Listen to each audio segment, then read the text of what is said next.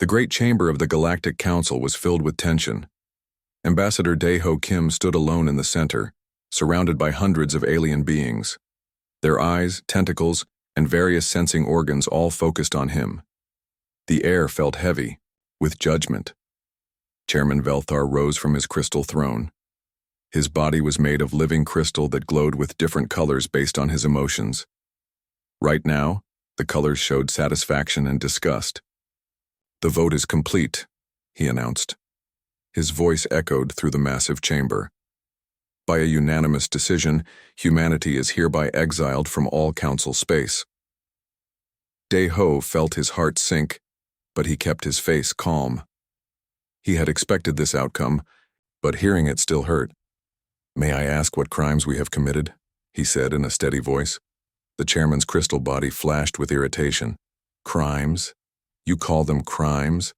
We call them violations of the natural order." He gestured to a floating screen that showed images of human activities across the galaxy. "Look at what your species has done." The first image showed human ships evacuating a planet before a massive asteroid strike. "You violated the non-interference Directive 17 times in the last year alone." Chairman Velthar continued. "These primitive species were meant to face their natural fate." Captain Bora Lee watched from the observation deck above. She commanded the human ship UES Defiance, which was docked at the station. Her hands gripped the railing so hard her knuckles turned white. Beside her, Dr. Taman Park shook his head in anger. "They saved 3 million lives on that planet," Dr. Park whispered. "And they call it a violation." The screen changed to show humans working alongside smaller alien species. These were the ones the Council considered lesser beings, species that were not advanced enough for full Council membership. "You formed unauthorized alliances," the chairman accused. "You treated these inferior species as equals." More images flashed by. Humans questioning Council decisions in meetings.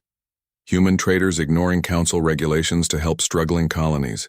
Human explorers sharing technology with species the Council wanted to keep primitive. "Your species lacks respect for authority," said Councillor Thys, a tall being with 6 arms. "You ask too many questions, you refuse to follow simple rules." "Rules that keep species enslaved," Captain Lee muttered from above. Ambassador Dae-ho straightened his shoulders. "We joined this council 50 years ago believing we were joining a community of equals. We thought we would work together to make the galaxy better." "Better?" Chairman Velthar's crystal body turned bright red with anger. "The galaxy was perfectly ordered before humans arrived. We had peace. We had stability. We had proper hierarchy." "You had stagnation," Dae-ho replied, calmly. "You had a system where powerful species controlled weaker ones. You had rules that prevented progress." The chamber erupted in angry sounds from various alien species. Some shrieked, others made grinding noises, and a few released clouds of colored gas that smelled terrible. "Enough," the chairman shouted. "This is exactly why humans must go. You cannot accept your place in the natural order. You think you know better than species that have ruled the galaxy for thousands of years." Fleet Admiral Sujin Choi received the exile order aboard humanity's Hope, the flagship of Earth's deep space fleet. She was a woman in her 50s with gray hair and sharp eyes that had seen too many battles. The communication screen showed Chairman Velthar delivering the final judgment. "All human vessels, stations, and colonies must leave Council space within 30 standard days," he announced. "Any humans found in Council territory after that time will be considered criminals and treated accordingly." Admiral Choi gathered her senior staff in the conference room. Commander Hyunwoo Nam was her second in command, a steady man who never lost his temper. Lieutenant Yujin Wang was young but brilliant, the best navigator in the fleet. Intelligence. Officer Jin Aseo was quiet, but knew more about alien politics than anyone else in human space. 30 days, Admiral Choi said, looking at each of them. "We have 30 days to evacuate 2 million humans from across the galaxy." Commander Nam pulled up a holographic map showing human settlements scattered across dozens of star systems. The mining colonies in the Vega sector alone have 400,000 people. The research stations near the galactic core have another 200,000. What about the civilian traders and diplomats? Asked Lieutenant Wang. There are thousands of them spread across hundreds of worlds. We'll have to contact them, all, said Geneseo. But some of them might not want to leave. They've built lives here. Some have alien friends or business partners. Admiral Choi stood and walked to the large window that looked out into space. She could see other human ships in the distance, some already preparing to leave. We don't have a choice. The Council has made it clear that humans are no longer welcome. The evacuation began immediately. Human ships raced across the galaxy, collecting colonists, researchers, traders, and tourists. The scenes at spaceports were heartbreaking. Families packed their belongings, saying goodbye to alien friends who had become like family. On New Harmony Station, 12-year-old Min Ho Park helped his parents pack their research equipment. His father, Dr. Chang Ho Park, had spent 10 years studying ancient alien artifacts. His mother, Dr. Yoon Jung Park, was an expert on alien languages. Why do we have to leave, Dad? Min Ho asked as he carefully wrapped a strange crystal sculpture. Dr. Park sighed. Because the aliens in charge are afraid of us, son. They're afraid that we'll change things too much. But change can be good, right? Yes, his mother said softly. But not everyone sees it that way. Across the galaxy, similar scenes played out. On mining asteroid Zeta 7, the Korean manager Seok Ho Kim supervised the evacuation of 3,000 workers. Many of them had never lived on a planet. They were born and raised in space. Going back to Earth would be like visiting an alien. World, where will we go? Asked young miner Jae Sung Lee. Home, Seok Ho replied, but his voice was uncertain. Earth was overcrowded and had limited resources. Taking in 2 million returning humans would be a massive challenge. The last human ship left Council space just hours before the deadline. Admiral Choi watched from the bridge as the border markers disappeared behind them. For the first time in 50 years, humanity was alone among the stars again. They think they've solved their problem, she said quietly to Commander Nam. Have they? He asked. Admiral Choi smiled grimly. They've just made their biggest mistake. Humans don't give up easily, and we certainly don't forget. The Great Exile was complete, but it was not the end of humanity's story among the stars. It was just the beginning of something much bigger. 5 years had passed since the exile. The galaxy seemed quieter now, more orderly. The Galactic Council congratulated themselves on their wisdom. Their meetings ran on schedule without humans asking uncomfortable questions. Trade flowed according to ancient agreements. The rigid hierarchy remained undisturbed. Chairman Velthar often stood in his private chamber, looking out at the stars. His crystal body glowed with satisfaction. Peace at last, he would say to his advisors. The troublemakers are gone. But far from council space, humanity was not sitting quietly. President Yoon Hai Lim stood before the United Earth Government Assembly. She was a strong woman with kind eyes and a voice that could inspire hope in the darkest times. We have been given a gift, she told the gathered representatives. The gift of independence. A gift? Asked Senator Dong-Min Lee from Mars Colony. They threw us out like garbage. They freed us from their rules. President Lim replied. Now we can do what we do best. Innovate.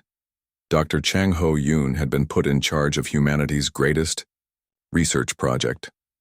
He was the same scientist who had been evacuated from New Harmony Station 5 years earlier. Now he led a team of the brightest human minds, all working toward the same goal, making humanity truly independent. We can't rely on alien technology anymore, Dr. Yoon told his team. We need to develop our own solutions. The breakthrough came from an unexpected source. Dr. Na Young Kim was a young physicist who had been working on theoretical problems that most people considered impossible.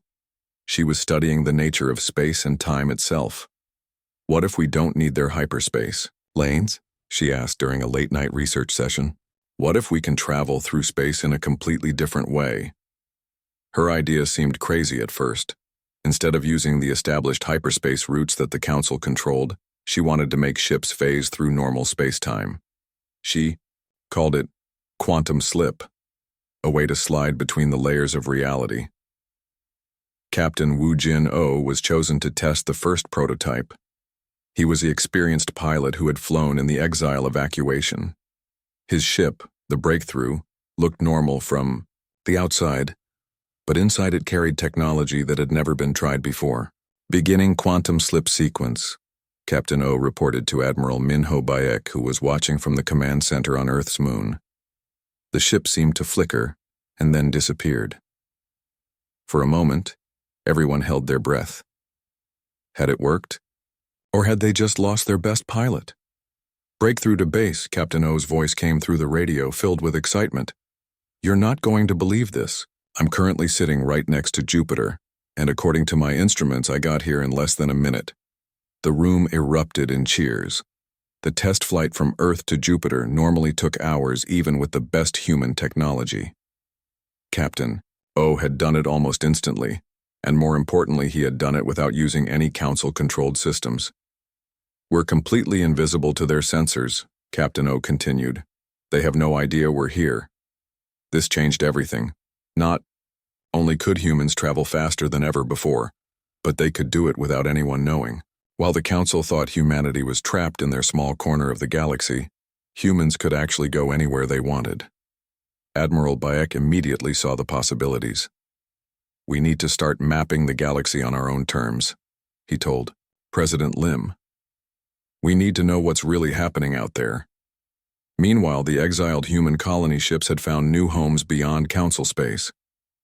Governor Hae-Wan Song had established New Seoul on a beautiful world with purple skies and silver oceans. The planet was rich in resources that Earth desperately needed. This world is better than anything we had in Council space, Governor Song reported during a video call to Earth. No restrictions, no alien bureaucrats telling us what we can and cannot do. Ji-Hoon Kang led the mining operations on nearby asteroids. What his teams found there amazed everyone. These were elements that didn't exist anywhere in known space, materials with properties that human science had never seen before. The applications are incredible, Dr. Sun Hee Cho explained to the research committee. She was a materials scientist who had spent months studying the new elements. We can create shields that are stronger than anything the Council has. We can build ships that are faster and more efficient. But the most ambitious project came from Special Operations Director Seok Jin Ryu. He was a quiet man who had spent years studying alien intelligence networks. He knew how information flowed through Council space, and he had an idea. What if we watch them? He proposed during a secret meeting with the highest levels of government. What if we put monitoring stations throughout Council space? With quantum slip technology, we could establish them without anyone knowing. The idea was bold and dangerous. It would mean sending small teams of humans deep into enemy territory to build hidden bases. If they were caught, it could mean war. President Lim considered the risks carefully. How many stations would we need? At least 50, Director Ryu replied, scattered across key systems. We would know everything that happens in Council space before most Council members know it themselves. Do it, she decided. But be careful. We're not ready for open conflict yet. The mission began within weeks. Small teams of specially trained humans used quantum slip technology to reach remote locations throughout the galaxy. They built their monitoring stations inside asteroids hidden in nebulae, or disguised as space debris. Lieutenant Colonel Kyung-Min Bae led the team that established the first station. They chose an asteroid field in the middle of an important trade route. Perfect location, he reported as his team finished installing the equipment. We can monitor all traffic through this sector. Each station was designed to look like natural space phenomena to any scanning equipment. But inside they contained the most advanced surveillance technology humanity had ever built. Dr. Hyo-Jin Shin, who designed the monitoring systems, explained their capabilities. We can intercept communications, track ship movements, monitor military exercises, and observe council meetings. These stations will give us intelligence that no one in the galaxy has ever had before. Within a year, the network was complete. 50 hidden stations across council space, all connected by quantum communication links that were impossible to detect or intercept. Humanity had built an invisible spy network that covered the entire galaxy. The information that flowed back to Earth was incredible. Humans learned about secret council military projects, hidden political conflicts, and economic problems that the council tried to keep private. "We know more about what's happening in their space than they do," Director Ryu reported to President Lim. "We can see the cracks in their perfect order." And there were many cracks. Without human interference, several species had faced extinction from natural disasters. The Council's non-interference rules meant they simply watched and recorded as billions died. Young species that had shown promise were held back by Council regulations. Innovation was discouraged. Progress had stopped. "They think they've created peace," President Lim observed as she read the intelligence reports. "But they've created stagnation."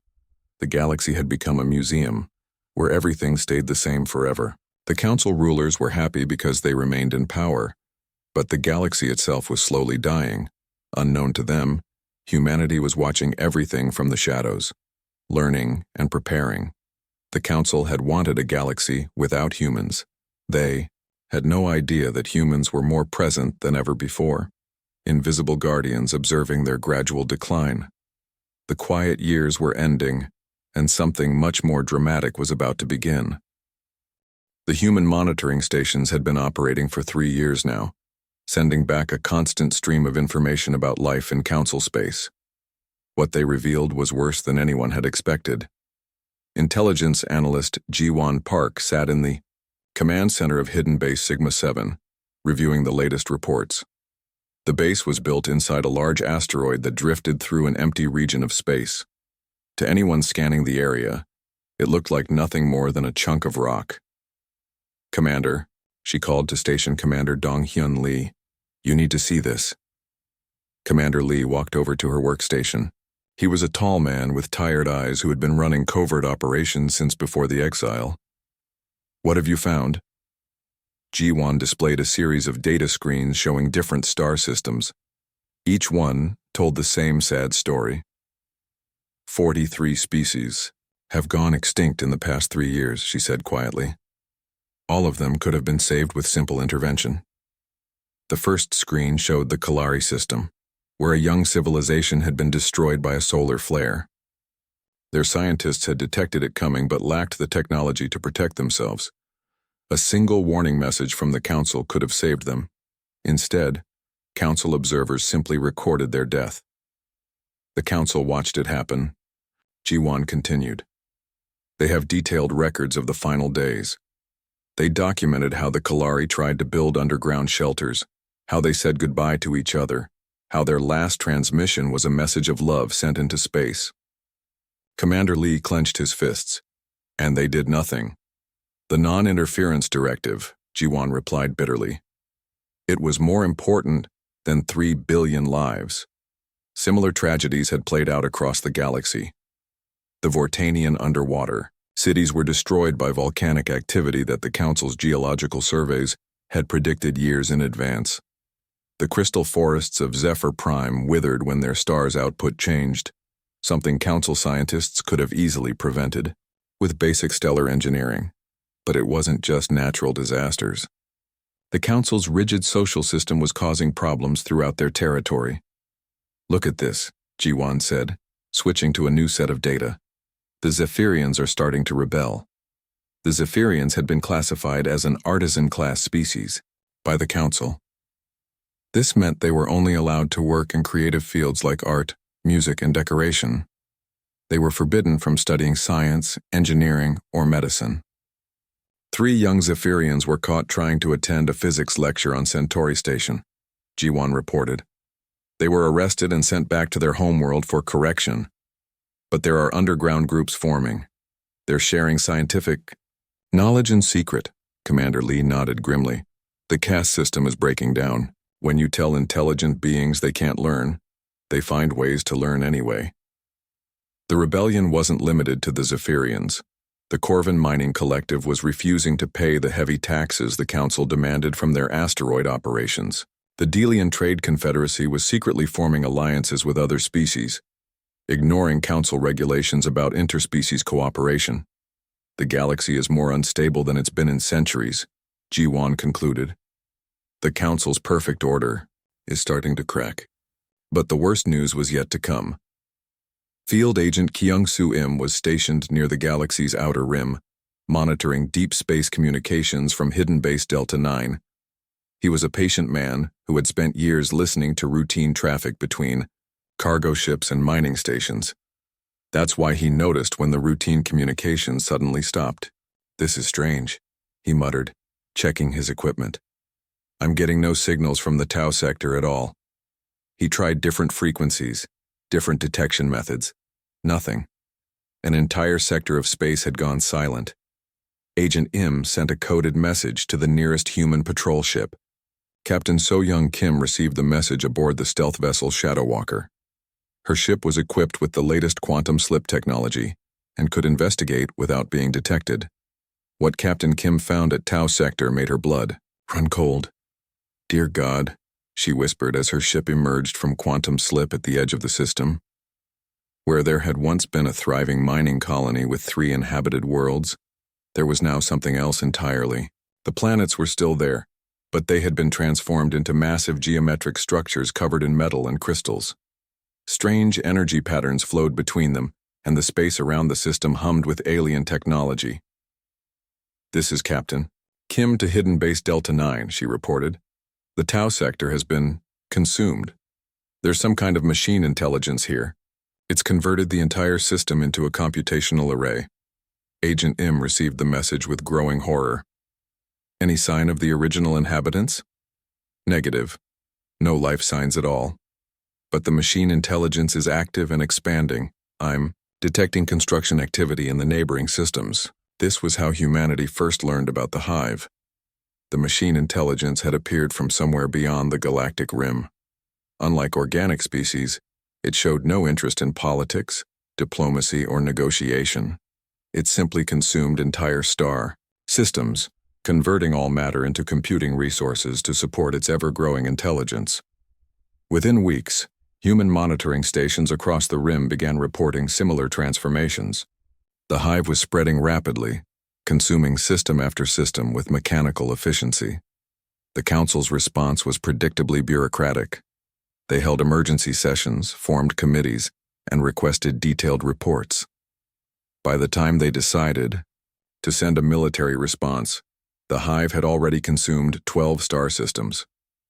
Agent Im watched the first Council fleet engagement from his hidden monitoring post. Admiral Thys commanded 50 of the Council's most advanced warships, equipped with weapons that had kept the peace for 1,000 years. The battle lasted less than an hour. "They're using standard attack formations," Agent Im reported to command. "Energy weapons, kinetic projectiles, gravity bombs, the kind of tactics they've been using for centuries." But the Hive was nothing like the enemies the Council had faced before. Each Hive unit was connected to every other unit through quantum communication links. When one unit learned how to defend against a weapon, every unit in the galaxy instantly knew the same defense. "The Council ships are having no effect," Agent Im continued. "The Hive units are adapting to their weapons in real time. Now oh no." The Hive units had analyzed the Council weapons and developed countermeasures. Then they started fighting back. Their weapons were unlike anything in known space, tools designed to disassemble matter at the molecular level. Admiral Thys's flagship was the first to fall. The great ship simply came apart, its hull dissolving into component atoms that were immediately absorbed by nearby Hive units. "Total defeat," Agent Im reported numbly. 50 Council ships destroyed. No Hive losses detected. Chief Scientist Yuri Han analyzed the battle recordings from the Human Research Station on New Sol. She was a brilliant woman who had been studying alien technology since before the exile. What she saw in the battle footage kept her awake for days. "They're not just machines," she explained to the Emergency Council meeting. "They're a distributed intelligence. Every Hive unit shares information instantaneously across vast distances. When they fight a battle in one system, every unit in the galaxy learns from it." Governor Song leaned forward. "What does that mean for us?" "It means the Council is fighting a single enemy that spans multiple star systems, but they're treating each engagement like a separate battle. They're using the same tactics over and over again, and the Hive is learning from every encounter." Implications were terrifying. The hive wasn't just consuming star systems, it was getting smarter with each victory. Every battle made it more dangerous than before. Dr. Yoon, now heading Humanity's Emergency Research Committee, studied the hive's expansion patterns. At their current rate of growth, they'll reach Council core systems within 18 months. After that, he didn't need to finish. Everyone understood. Once the hive reached the heavily populated core worlds, billions of beings would die. "What about us?" asked President Lim during a secure communication with all human colonies. "How long before they reach our space?" Dr. Yoon's answer was grim. 2 years, maybe 3. The hive doesn't seem to distinguish between Council space and human space. To them, we're all just matter to be converted. The galaxy was facing its greatest threat in recorded history, and the beings who were supposed to protect it had proven completely unable to fight it.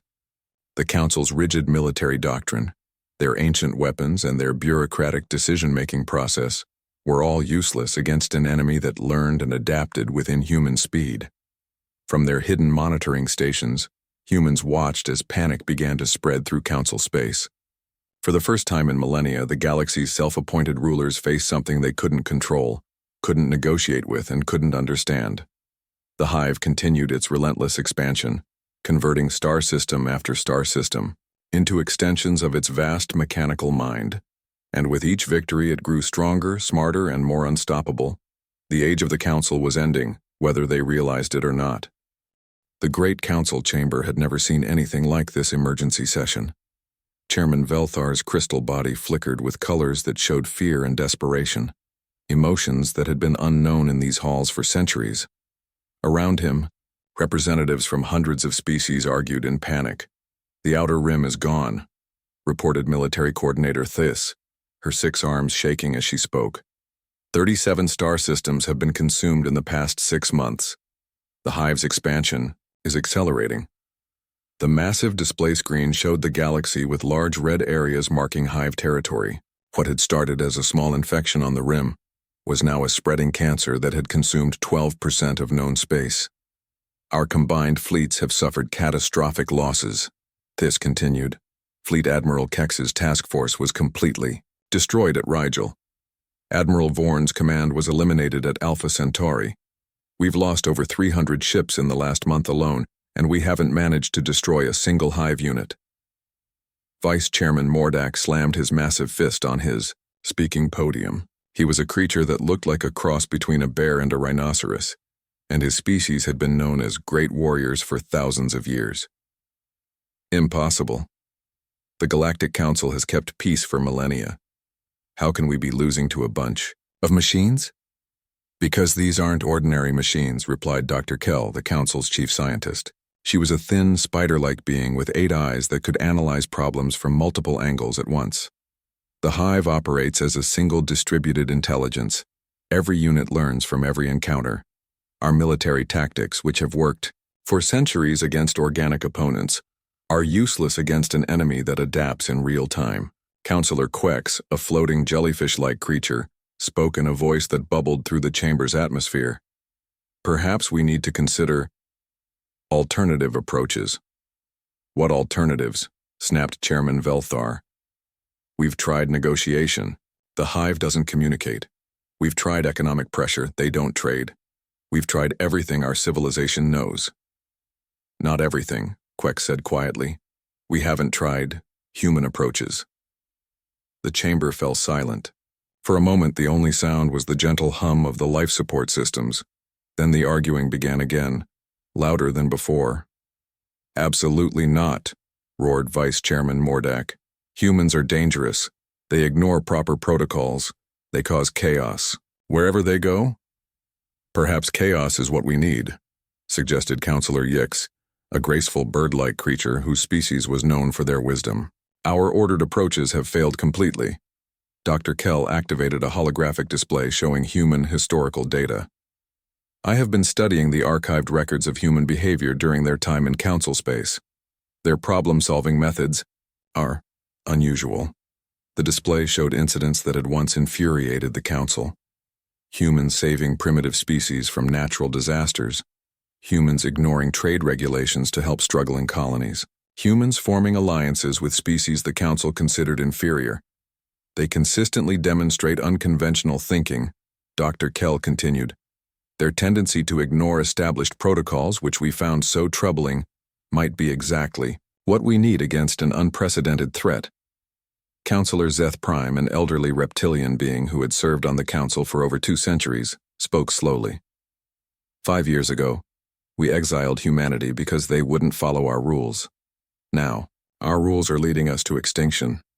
The debate raged for 3 days while the Hive consumed 2 more star systems. Reports poured in of refugee fleets overwhelmed with survivors from the outer territories.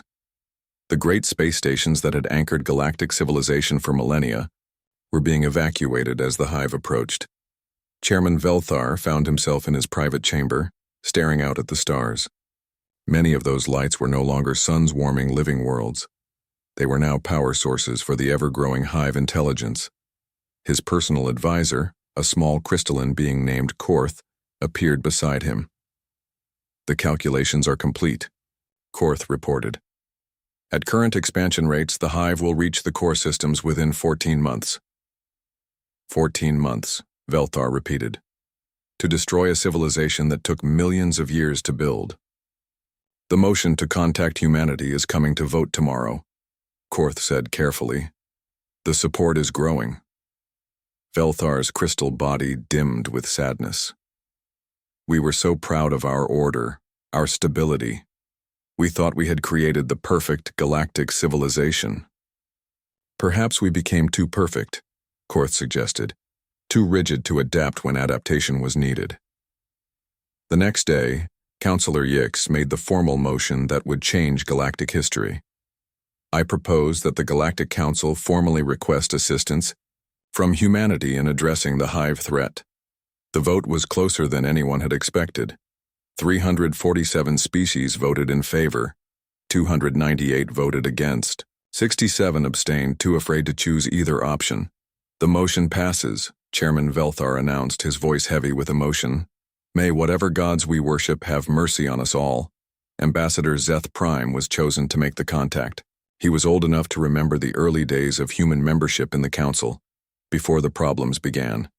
His small diplomatic vessel, the Harmony Seeker, entered human space for the first time in 5 years. The ship was immediately detected and intercepted by Captain Jaehyun Yu aboard the human patrol vessel Guardian. Captain Yu was a young officer who had been just a cadet during the exile. He remembered the day humans were forced to leave Council space. Unidentified vessel. This is the UES Guardian, he transmitted. You are in human territorial space. State your business. Ambassador Zeth Prime activated his ship's communication system with shaking hands. This is Ambassador Zeth Prime of the Galactic Council. I request permission to enter your space and speak with human leadership. There was a long pause. Captain Yu conferred with his superiors before responding. Ambassador, this is quite unexpected. The last time we had official contact with the Council, we were being thrown out of the galaxy. I understand your reluctance, Zeth Prime replied. But the circumstances have changed dramatically. The galaxy faces an existential threat that requires immediate attention. Stand by for escort to the Luna Station, Captain Yu finally said. But don't expect the same reception you gave us 5 years ago. The journey to Luna Station took 6 hours. Ambassador Zeth Prime used the time to prepare his speech, but he knew that no amount of preparation could make this conversation easy. Luna Station had been expanded significantly since the exile. It now served as the primary diplomatic facility for the human government. Ambassador Zeth Prime was met by Foreign Minister He-Jin Song, a professional diplomat who had spent years dealing with alien species. Ambassador, Minister Song said formally, this is an unexpected visit. The last official communication from your government was our exile order. Zeth Prime bowed deeply, a gesture of respect that his species rarely showed to others. Minister Song, I come here not with pride but with desperation. The galaxy is dying and we need help. Minister Song gestured to a conference room. Please, tell me what has happened. For the next hour, Zeth Prime explained about the Hive. He showed recordings of the machine intelligence consuming star systems. He provided casualty reports from the failed military campaigns. He shared projections showing the hive reaching Earth within 3 years. The Council's military forces have proven completely inadequate, he admitted. Our tactics, our weapons, our entire approach to warfare is useless against this enemy. We need fresh thinking. We need human creativity. Minister Song listened carefully, asking detailed questions about the hive's capabilities and weaknesses. When the briefing was complete, she sat quietly for several minutes. "Ambassador," she finally said, "5 years ago, your government decided that humanity was too dangerous to remain in the galaxy. You said we were unpredictable, that we caused chaos, that we didn't respect proper authority." "Yes," Seth Prime said quietly. "We were wrong." "Were you?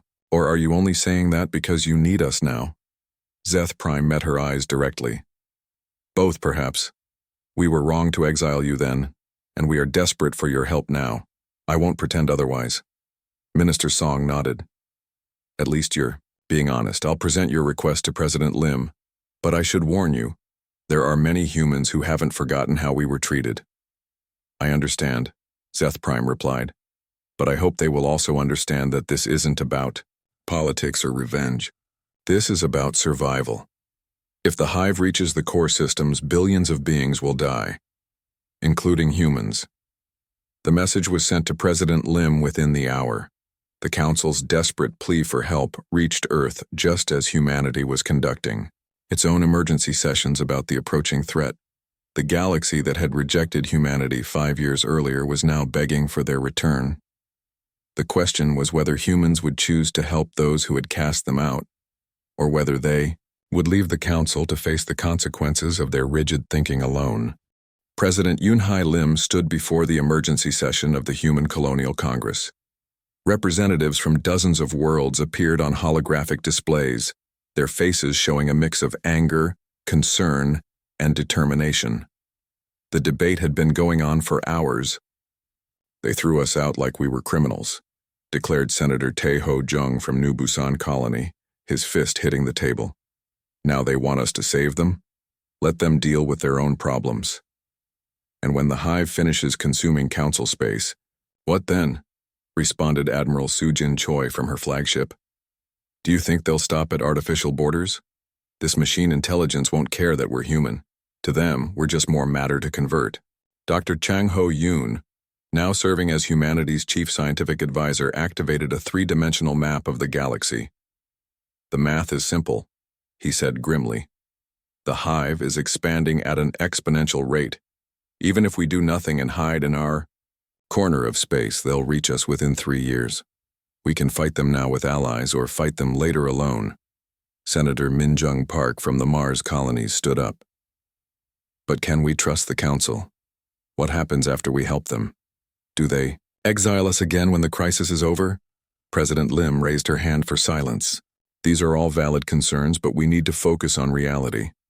The hive threat is real, and it's coming for all of us. The question isn't whether we should help, it's whether we can win." Dr. Tae Min Park, who had spent years studying the hive through intercepted data, presented his analysis. "I believe I understand their weakness," he announced. "The hive operates on pure logic and efficiency. They've never encountered an enemy that acts illogically." "What do you mean?" asked Admiral Choi. "Every battle the hive has won followed predictable patterns. The Council uses standard military tactics, formations, strategies, and weapons that have been refined over centuries. The hive learns these patterns and adapts. But what if we don't follow any patterns at all?"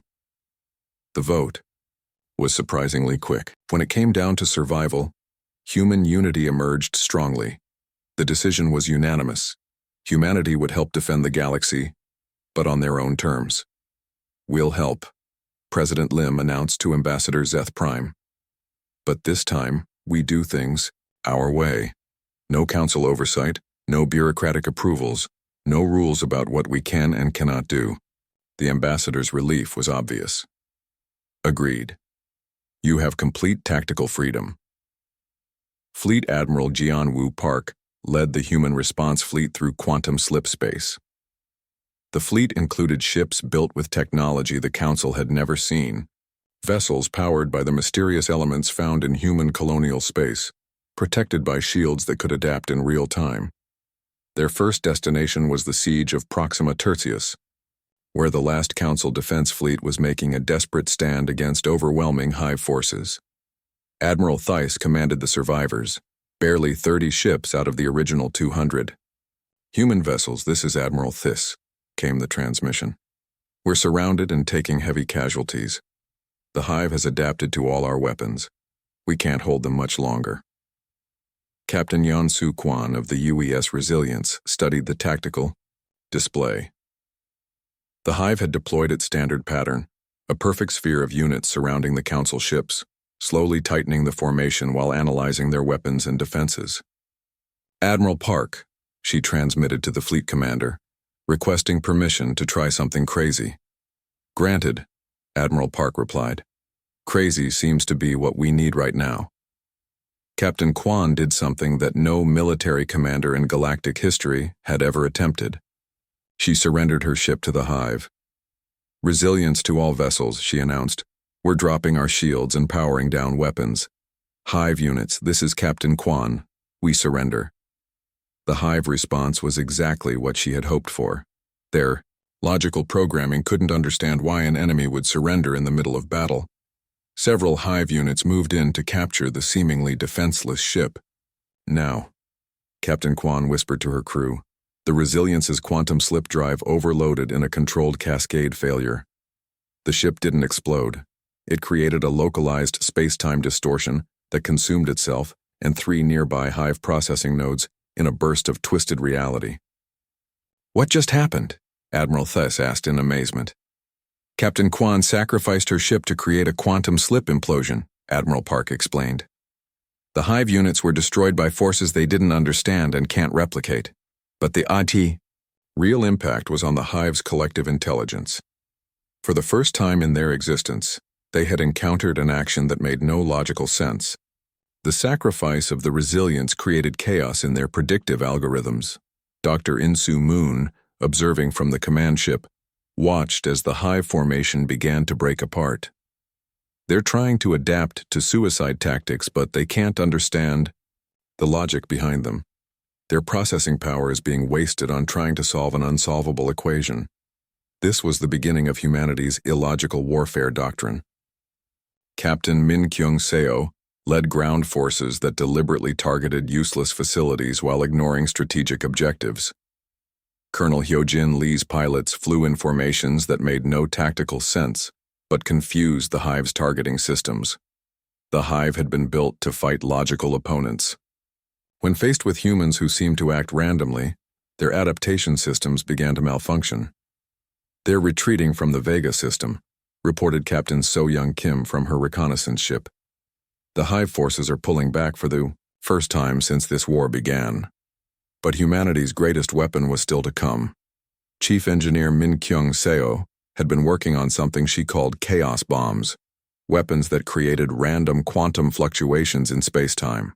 "The Hive's quantum communication network depends on stable space-time geometry," she explained to Admiral Park.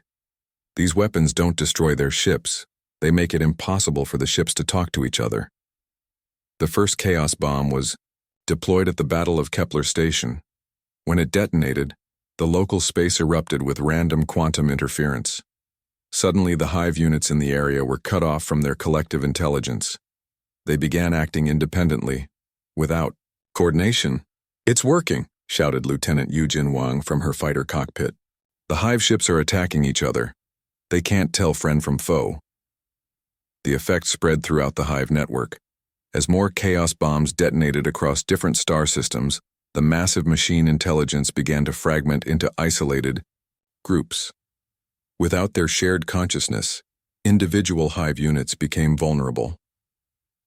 The final battle took place at the Hive's primary processing nexus, a massive construction in what had once been the Andromeda sector.